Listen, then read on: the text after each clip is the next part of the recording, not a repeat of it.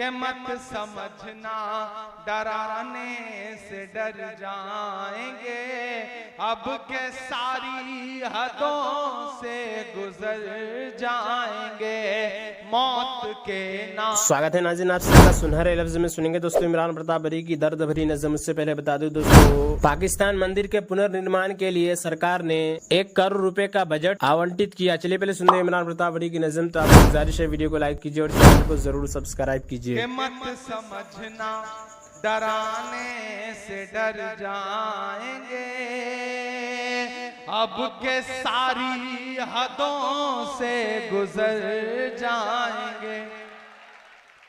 तालियां आप चाहिए। के मत समझना डराने से डर जाएंगे, अब के सारी हदों से गुजर जाएंगे मौत के नाम का खौफ देता है क्यों, मौत के नाम का खौफ देता है क्यों, मौत जिस रोज आएगी मर जाएंगे।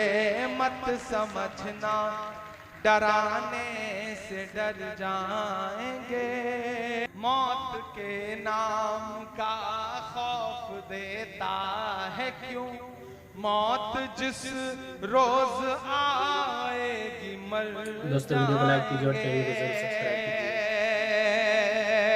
के हमने ज़मज़म दिया, आबे गंगा दिया, तुमने भारत को दंगा ही दंगा दिया। आज के इस दौर में जो सच बोल रहा हूं ये बहुत कड़वा सच है, लेकिन मैं बोल रहा हूं। लबों पर हम सजा कर आयते कुरान निकले हैं, वतन पर मरने मिटने का लिए अरमान निकले हैं। जमाना अगर तुला है जान लेने पर तो क्या डरना, हथेली पर सजा कर हम भी अपनी जान निकले हैं। क्या हमने ज़मज़म दिया, आबे गंगा दिया, तुमने भारत को दंगा ही दंगा दिया, तुमने एक रंग के ख्वाब देखे मगर, ये देखते रहिए, तुमने एक रंग के ख्वाब देखे मगर, हमने हिंदुस्तान को तिरंगा दिया। ये तिरंगा बदन पर लपेटे, दोस्तों वीडियो को लाइक कीजिए और चैनल को सब्सक्राइब कीजिए। ये तिरंगा बदन पर लपेटे हुए एक दिन इस जमीन में उतर जाएंगे। मत समझना डराने से डर जाएंगे, अब के सारी हदों से गुजर जाएंगे। ना इधर जाएंगे ना उधर जाएंगे, ना इधर जाएंगे ना उधर जाएंगे, बन के खुशबू फजा में बिखर जाएंगे। मत समझना, और हमने जो कह दिया कह दिया कह दिया, हमने जो कह दिया कह दिया कह दिया, अब ये मुमकिन नहीं के मुकर जाएंगे।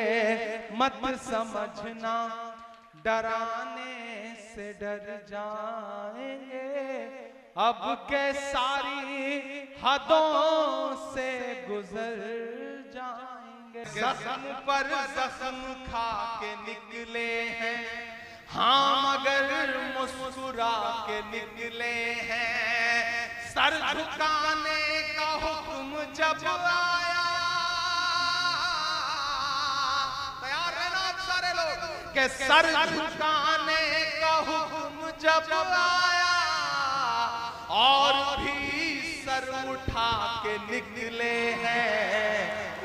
नारे हक लगा निकले हैं, जख्म पे जख्म खा के निकले हैं। इधर जो डाइस पे बैठे हैं मैं इनसे भी गुजारिश करूंगा।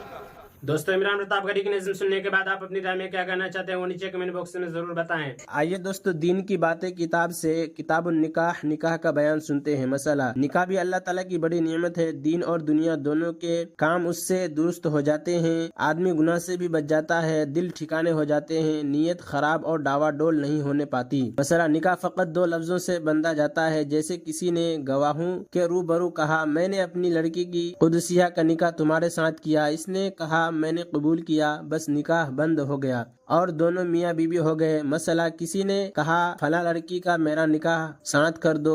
उसने कहा, मैंने उसका निकाह तुम्हारे साथ कर दिया, तो निकाह हो गया। चाहे फिर वो यूं कहे कि मैंने कबूल किया या न कहे, बहरहाल निकाह हो गया। मसला, अगर औरत वहाँ मौजूद हो और इशारा करके यूं कह दे कि मैंने उसका निकाह तुम्हारे साथ कर दिया, वो कहे कि मैंने कबूल किया, तब भी निकाह हो गया। नाम लेने की ज़रूरत नहीं, और अगर वह खुद मौजूद न हो तो उसका भी नाम ले और उसके बाप का भी नाम इतने ज़ोर से ले कि गवाह सुन ले। मसला, निकाह होने के लिए ये भी शर्त है कि कम अज़ कम 2 मर्दों या एक मर्द और 2 औरतें के सामने किया जाए और वे लोग अपने कानों से निकाह होने और ईजाब व कबूल के दोनों लफ्ज कहते सुने, तब निकाह होगा। नेज़ वो मर्द और औरतें मुसलमान हो और बालिग भी हों। मसला, अगर कोई मर्द ना हो, सिर्फ औरतें ही औरतें हैं, तब भी निकाह दुरुस्त नहीं है, चाहे 10-12 क्यों ना हो। 2 औरतों के साथ एक मर्द होना चाहिए। मसला, बेहतर यह है कि बड़े मजमा में निकाह किया जाए, जैसे नमाज जुमा बाद जामे मस्जिद में या और कहीं, ताकि निकाह की खूब शोहरत हो जाए। और छुपा के निकाह न करे। लेकिन अगर कोई ऐसी ज़रूरत पड़ गई कि बहुत से आदमी जमा न हो सके, तो खैर कम से कम 2 मर्द या एक मर्द 2 औरतें ज़रूर मौजूद हों जो अपने कानों से निकाह होते हुए सुने। मसला, अगर मर्द भी जवान है और औरत भी जवान है तो दोनों अपना निकाह खुद कर सकते हैं।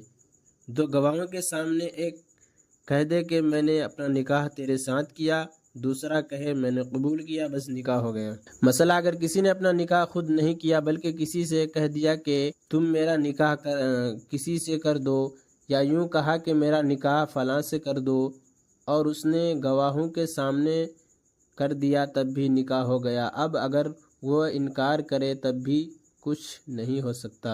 ज़ियारत मदीना का बयान, अगर गुंजाइश हो तो हज से पहले या हज के बाद मदीना मुनव्वरा हाजिर होकर हज़रत रसूल मकबूल सल्लल्लाहु अलैहि वसल्लम के रोज़े मुबारक और मस्जिद नबवी की ज़ियारत से बरकत हासिल करे। इसकी निस्बत रसूलुल्लाह सल्लल्लाहु अलैहि वसल्लम ने फरमाया कि जिस शख्स ने मेरी वफ़ात के बाद मेरी ज़ियारत की, उसकी वही बरकत मिलेगी जैसे मेरी ज़िंदगी में किसी ने मेरी ज़ियारत की। और ये भी फरमाया कि जो शख्स खाली हज करे और मेरी ज़ियारत को न आए, उसने मेरे साथ बेमुरव्वती बरती। और इस मस्जिद के हक़ में आपने फरमाया कि जो शख्स इसमें एक नमाज पढ़े, उसको 50,000 नमाजों के बराबर सवाब मिलेगा।